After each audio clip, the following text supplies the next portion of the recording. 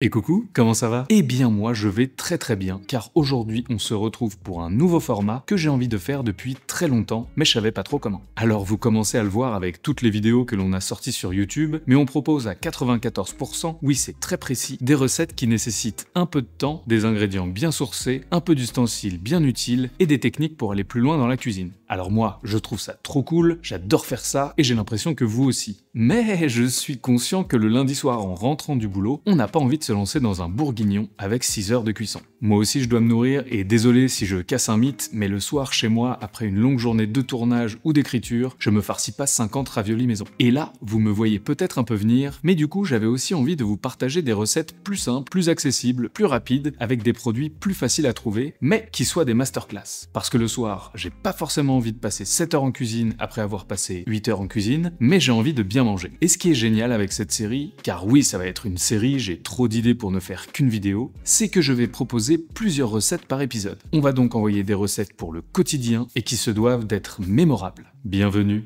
dans Délicieux.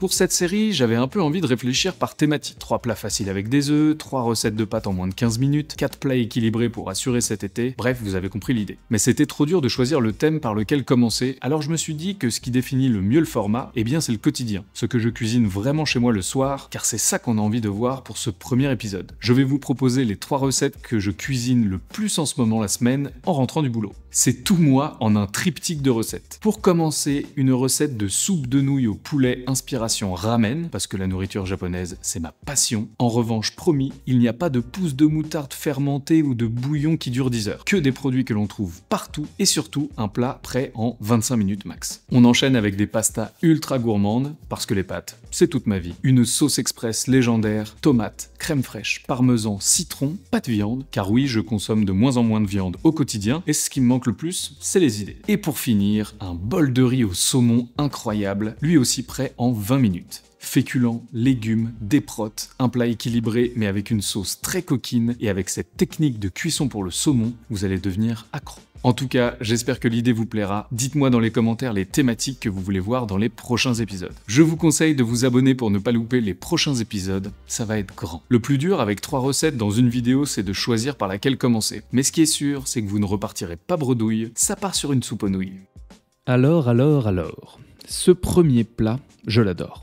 Il y a évidemment plein de manières de le faire, mais aujourd'hui, on garde le défi en tête de n'avoir pas beaucoup de produits. Et surtout, des produits qu'on peut trouver partout. Des nouilles, du poulet, des champignons, de la sauce soja, du sésame et de la cébette. Et au niveau des ustensiles, on a besoin d'une casserole. Franchement, ça va. L'eau que l'on met dans la casserole va nous servir à cuire les ingrédients, mais ce sera également notre bouillon final. Donc ajustez l'eau en fonction de vos besoins, du nombre de personnes à table, et ce qui est très cool aussi, c'est que si vous en faites un peu plus, vous en aurez pour le lendemain.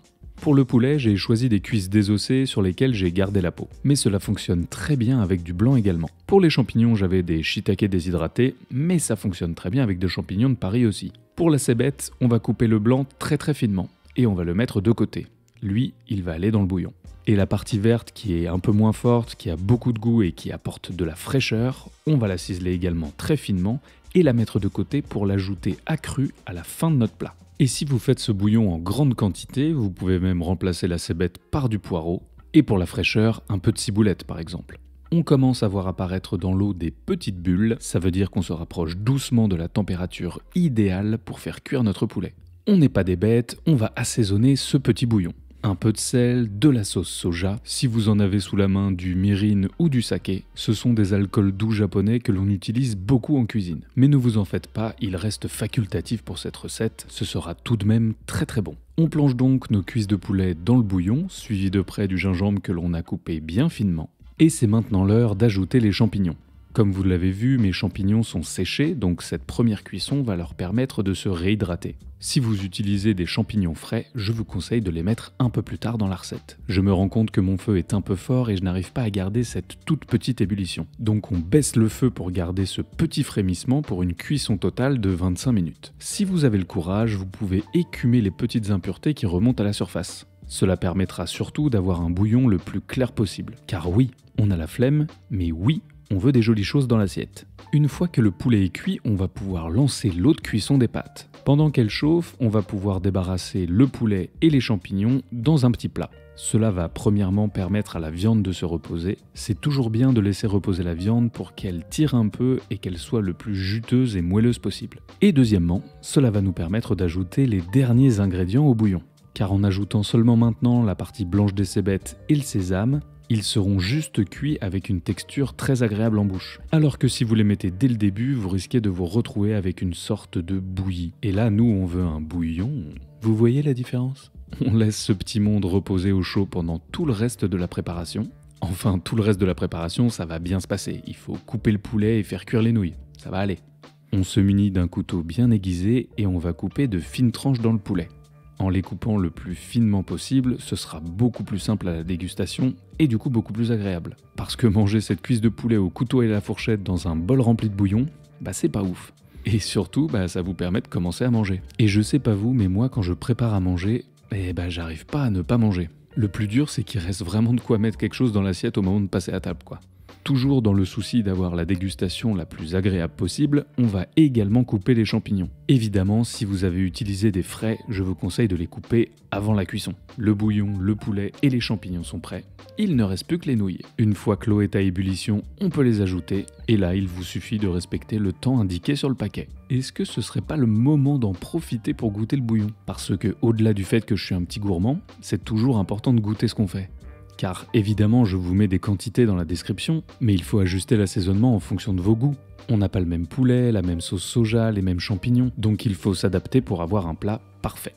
Comme pour le bouillon, je vous conseille de goûter les pâtes pour voir si elles sont bien cuites. Et là, appelez tout le monde parce que c'est déjà l'heure de passer à table. Il ne nous reste plus qu'à égoutter les nouilles et directement les placer dans le bol dans lequel vous allez les déguster. En commençant par elles, cela va nous permettre de faire un dressage beaucoup plus contrôlé, car cela nous fait une base pour déposer notre poulet sans qu'il coule au fond du bouillon. Idem pour les champignons, on les dispose joliment sur le côté, et voici venu le moment de vérité, le versage du bouillon dans ce magnifique petit bol. Bon, comme on s'est embêté à tout mettre joliment, essayez de viser l'endroit où il n'y a pas le poulet et les champignons. Comme ça, ils resteront tranquillement en place, et votre dressage sera millimétré jusqu'au moment de le déguster. On ajoute pour finir la fameuse cébette que l'on a coupée au début, et si vous êtes chaud, un peu d'huile de sésame, ou mieux, de l'huile pimentée. Et voilà, vous venez de réaliser un bol absolument merveilleux en quoi ? 25 minutes ? Franchement, c'est presque trop court, t'as pas fini d'écouter la fin de ton podcast, quoi. Après, ce qui est génial avec cette recette, c'est que vous pouvez vous faire plaisir avec la garniture, en rajoutant d'autres légumes, des pickles, du miso ou un œuf mariné par exemple. C'est ça qu'on aime avec la cuisine. Oh là là, je pourrais manger ça tous les soirs. Ce que j'adore avec les recettes de la semaine, c'est que quand on en tient une bien, on la refait, on optimise, on s'améliore et du coup, on ne s'arrête jamais de la faire. Pour la prochaine recette, je vous préviens, c'est coquin. C'est pour les grands soirs. Enfin, les petits soirs de la semaine où on veut se faire plaisir avec une bonne pasta. Attention, les Italiens vont être livides. Je vais mettre de la crème liquide. Ouais, je fais des petites rimes comme ça. Si vous suivez un peu la chaîne, la sauce vous fera sûrement penser à la recette Nduja mascarpone ou à la recette de pâtes saucisses et gochujang. Eh bien c'est vraiment la même ambiance mais encore plus simple. Et franchement, bien fâché et impatient de mater votre série dans le canapé, vous faites la sauce pendant la cuisson des pâtes et en 15 minutes, c'est plié. Ah là là, les pâtes, c'est vraiment mon truc préféré au monde. Au jeu du tu préfères ne pouvoir manger plus que du pain ou des pâtes jusqu'à la fin de ta vie, je choisis les pâtes. Ah, le pain c'est pas mal quand même. Ce jeu est nul. C'est l'heure de sortir sa planche et son couteau. Je vous préviens, on va pas beaucoup en avoir besoin. Pas beaucoup d'ingrédients, pas beaucoup d'étapes, pas beaucoup de découpes. Que demande le peuple ? Et pour les oignons, pas de surprise. On découpe les extrémités, on retire la peau et on va venir ensuite les ciseler assez finement. Pour une fois, la taille compte un peu. On a envie que ce soit vraiment le plus petit possible afin que ce soit le plus agréable en bouche. Je sais pas si c'est parce que j'ai l'esprit mal placé ou que j'ai perdu le contrôle de ma vanne, mais c'est allé trop loin là. Bon, les oignons, c'est fait, on s'attaque à l'ail. Comme on est des petits fous et qu'on adore l'ail, on va rajouter 2 gousses. Je ne peux que vous conseiller de les râper à la microplane, c'est super rapide et très efficace. Et d'ailleurs, si cet objet magique vous intéresse, je vous mets un lien dans la description. L'ail et les oignons, c'est bon. On va pouvoir passer en cuisson. Ouais, non mais vraiment la préparation est très rapide. Pour la cuisson, comme je vous le disais, l'idée c'est de faire cuire la sauce en même temps que les pâtes. Habituellement, je vous dis plutôt de tout préparer séparément afin d'avoir votre mise en place prête et de jamais être trop sur le feu ou trop pressé et du coup de faire des erreurs. Mais là, c'est tellement simple qu'il n'y a pas d'erreur possible, donc autant gagner du temps. Et si on est même vraiment très pressé et qu'on n'a pas envie de faire la vaisselle, on peut cuire les pâtes comme un risotto. Si ça vous intéresse, dites-le moi dans les commentaires et je vous montrerai ça très vite. Bon, le basilic c'est facultatif, mais franchement c'est tellement bon, ça apporte tellement de goût et de fraîcheur qu'il serait dommage de s'en priver. Pour le ciseler le plus finement possible, on va faire un tout petit cigare en essayant de presser le plus possible sur les feuilles de basilic. Cela va permettre d'être très régulier et d'avoir une meilleure accroche avec la lame du couteau. Cette fois-ci, tous nos ingrédients sont prêts, l'eau est en train de bouillir, on peut sortir les pâtes, la crème et tout le reste des ingrédients, et on se lance sur la sauce. On peut ajouter dans notre poêle un petit filet d'huile d'olive, et comme la poêle est déjà chaude, on ajoute les oignons et l'ail directement. On augmente le son de la musique, et on reste à côté de la poêle. L'idée c'est pas de faire cramer tout ça. On ne cherche pas une coloration sur les oignons et l'ail, on a envie juste qu'ils soient translucides et le plus fondant possible. On peut ajouter du sel, cela va permettre de rendre l'eau de végétation des légumes, et ainsi qu'ils cuisent dans leur propre liquide. Et là, je peux vous jurer que dans votre cuisine, ça sent déjà tellement bon. Si vous êtes en train de boire un petit verre de blanc, c'est le moment de le verser dans la poêle. Si vous n'en avez pas sous la main, un peu de jus de citron ou même juste de l'eau, ça fera parfaitement l'affaire. On enchaîne avec une généreuse dose de concentré de tomate. C'est ce qui va apporter le goût, la couleur, mais aussi beaucoup de profondeur. Et c'est à partir de maintenant que ça devient décadent. On ajoute la crème fraîche liquide. On va pas se mentir, c'est le cheat code de la cuisine. Hein. Ça apporte de la gourmandise, de l'onctuosité, et avec les pâtes, c'est la vie. Est-ce que ce serait pas le moment d'ajouter mon petit piment d'Espelette ? Eh ben si, le petit côté piquant va venir balancer l'onctuosité de la sauce, et ça c'est bien. C'est ce qui va donner ce petit goût de reviens-y à chaque cuillère là. Parce que oui, on a envie de le manger à la cuillère ce plat. Alors je vous conseille de prendre des petites pâtes.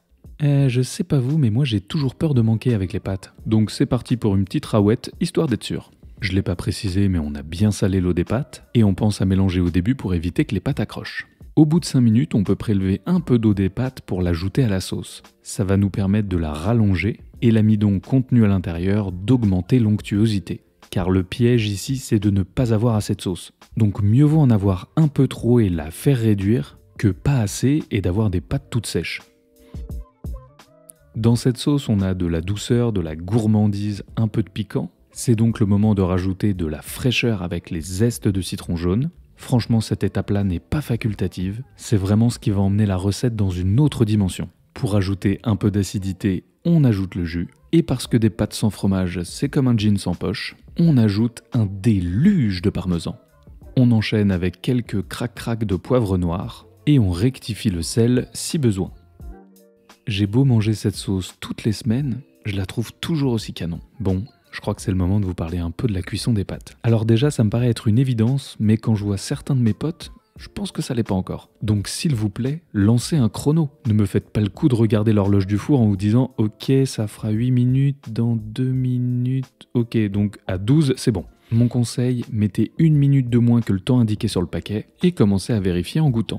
Lorsqu'elles sont al dente, on peut les transférer directement dans la sauce avec une araignée. Si vous n'en avez pas, on prélève un peu de sauce avec une tasse, on égoutte les pâtes et on ajuste la sauce avec un peu d'eau de cuisson. Car les pâtes vont encore un petit peu absorber la sauce, cela va un peu figer en baissant en température, donc soyez généreux.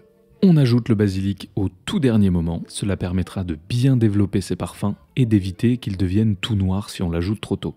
Eh bien, croyez-le ou non, mais c'est fini.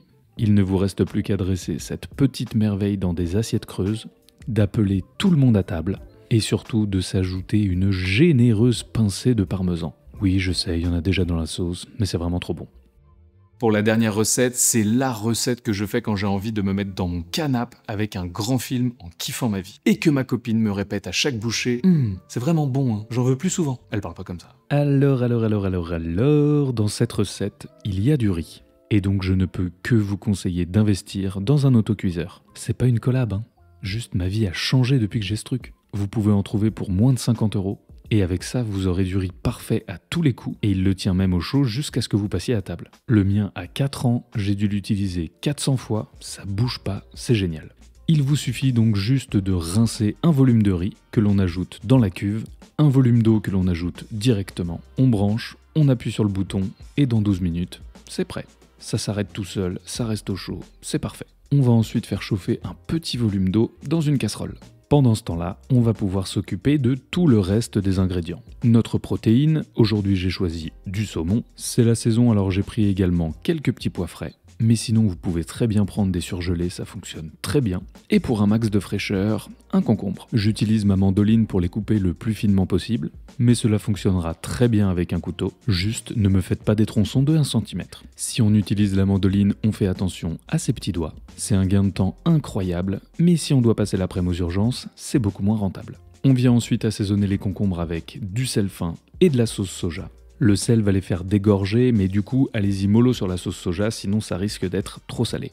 On mélange bien pour que chaque rondelle soit bien recouverte de sauce soja et on laisse reposer. Pour la sauce, 2 options, soit la express avec de la mayo, de la sauce piquante. Ça, c'est celle que j'ai imaginée avec Sweat. Si elle vous intéresse, je vous mets le lien dans la description. Et pour finir, un petit peu de sauce soja. Bon, 3 ingrédients, c'est pas énorme, mais si vous avez vraiment la flemme, une petite spicy mayo ou sauce cocktail, et c'est réglé. Bon, je sais pas qui a inventé les ouvertures faciles, mais c'est pas facile, ok? Pour la mayo, j'ai pris de la Kewpie. C'est de la mayo japonaise, vous la trouvez dans toutes les épiceries asiatiques et de plus en plus dans tous les supermarchés. On s'en claque une bonne petite dose dans un récipient, suivi de près de la sauce piquante, faite en fonction de vos goûts, et on finit avec la sauce soja. C'est ce qui va nous permettre d'avoir une texture assez fluide et donc une sauce beaucoup plus agréable pour notre plat. Si vous mettez juste de la mayo, ça risque de faire un gros pâté. C'est bon le pâté, mais c'est pas ce qu'on veut ici. Bon, la sauce plaisir coupable, c'est ok, on se met sur les petits pois pour la bonne conscience. On va les faire cuire quelques minutes dans une eau bouillante salée. Attention, ça va très vite, on a envie qu'ils soient encore un petit peu croquants sous la dent. On les débarrasse immédiatement dans un récipient. Si vous êtes chaud, c'est encore mieux de le faire dans une glaçante, c'est-à-dire de l'eau très froide, pour stopper la cuisson et conserver la texture souhaitée. Moi, je suis sur une grande flemme, donc on met juste dans un récipient, ce sera très bien. Je pense que c'est l'heure de se mettre sur la star de la recette, le saumon. Pour la peau, 2 écoles. Soit vous la gardez, soit vous pouvez la retirer en passant délicatement la lame du couteau sous la chair. Ce que j'aime bien avec cette option, c'est qu'il reste toujours un petit bout au bout, et ça, c'est pour celui qui fait à manger. Bon alors clairement le saumon vous pouvez le découper et l'ajouter au reste des ingrédients crus, ce sera incroyable. Mais je vais vous montrer une cuisson qui est un peu le meilleur des deux mondes. Alors pour commencer on va saler notre saumon des 2 côtés, on se munit de notre poêle préférée, on la fait préchauffer à feu moyen et lorsqu'elle est assez chaude, là on le voit des petites billes d'eau se forment à la surface, c'est que c'est bon, on ajoute un petit filet d'huile d'olive. On prend ensuite notre saumon que l'on va déposer côté peau. Alors je sais qu'il n'y a plus de peau, mais côté où il y avait la peau quoi. Et là l'idée c'est de bien saisir le saumon pour créer une jolie croûte en dessous. Essayez de ne pas trop le remuer tout le temps, en le laissant tranquille, comme ça vous aurez un marquage bien homogène. On peut appuyer légèrement pour être sûr que toute la surface soit en contact avec la poêle, et quand il est bien grillé comme ça, on le retourne. Et alors là, moi ce que j'adore faire, c'est de le laisser seulement une petite minute. Vous allez comprendre très vite pourquoi. Pour ajouter un max de fraîcheur à notre plat, on va ajouter de la ciboulette ou de la cébette, un truc frais quoi. Et on les coupe bien finement. Hé hé, j'ai comme l'impression que le riz est cuit. Regardez-moi ces petits grains. Ils collent légèrement entre eux mais sans être gluants. Et c'est ça qu'on veut, pas ce grand riz à l'eau où les grains glissent les uns contre les autres. On se sert un petit monticule dans une assiette. Et maintenant, regardez-moi ce saumon. Il est parfaitement mi-cuit. On a cette jolie croûte pleine de saveurs et de texture à l'extérieur. Et cette chair tendre et fraîche à l'intérieur. Alors moi j'aime bien l'émietter comme ça pour bien répartir les morceaux. C'est vraiment une sorte de tataki ++, mi-sashimi, mi-saumon grillé quoi. On y revient, le meilleur des deux mondes. On dépose donc le saumon encore tiède dans l'assiette, suivi de près de notre salade de concombre. Avec l'assaisonnement ils ont gagné en souplesse. Nos petits pois qui sont encore un peu tièdes. Et il ne reste plus qu'à ajouter une généreuse dose de ciboulette. Ne me mettez pas 3 petits brins là, on veut une bonne cuillère à soupe. La Magic Mayo légèrement relevée, et parce qu'on est des petits fous, un petit peu de graines de sésame. J'ai mis du noir, mais ça fonctionne très bien avec du blond. Ah là là. Depuis tout à l'heure, je parle de dîner, mais ça dans une lunchbox, c'est incroyable, hein. Vous me mettez ça dans un petit bento, et hop, pour le midi au boulot, c'est parfait.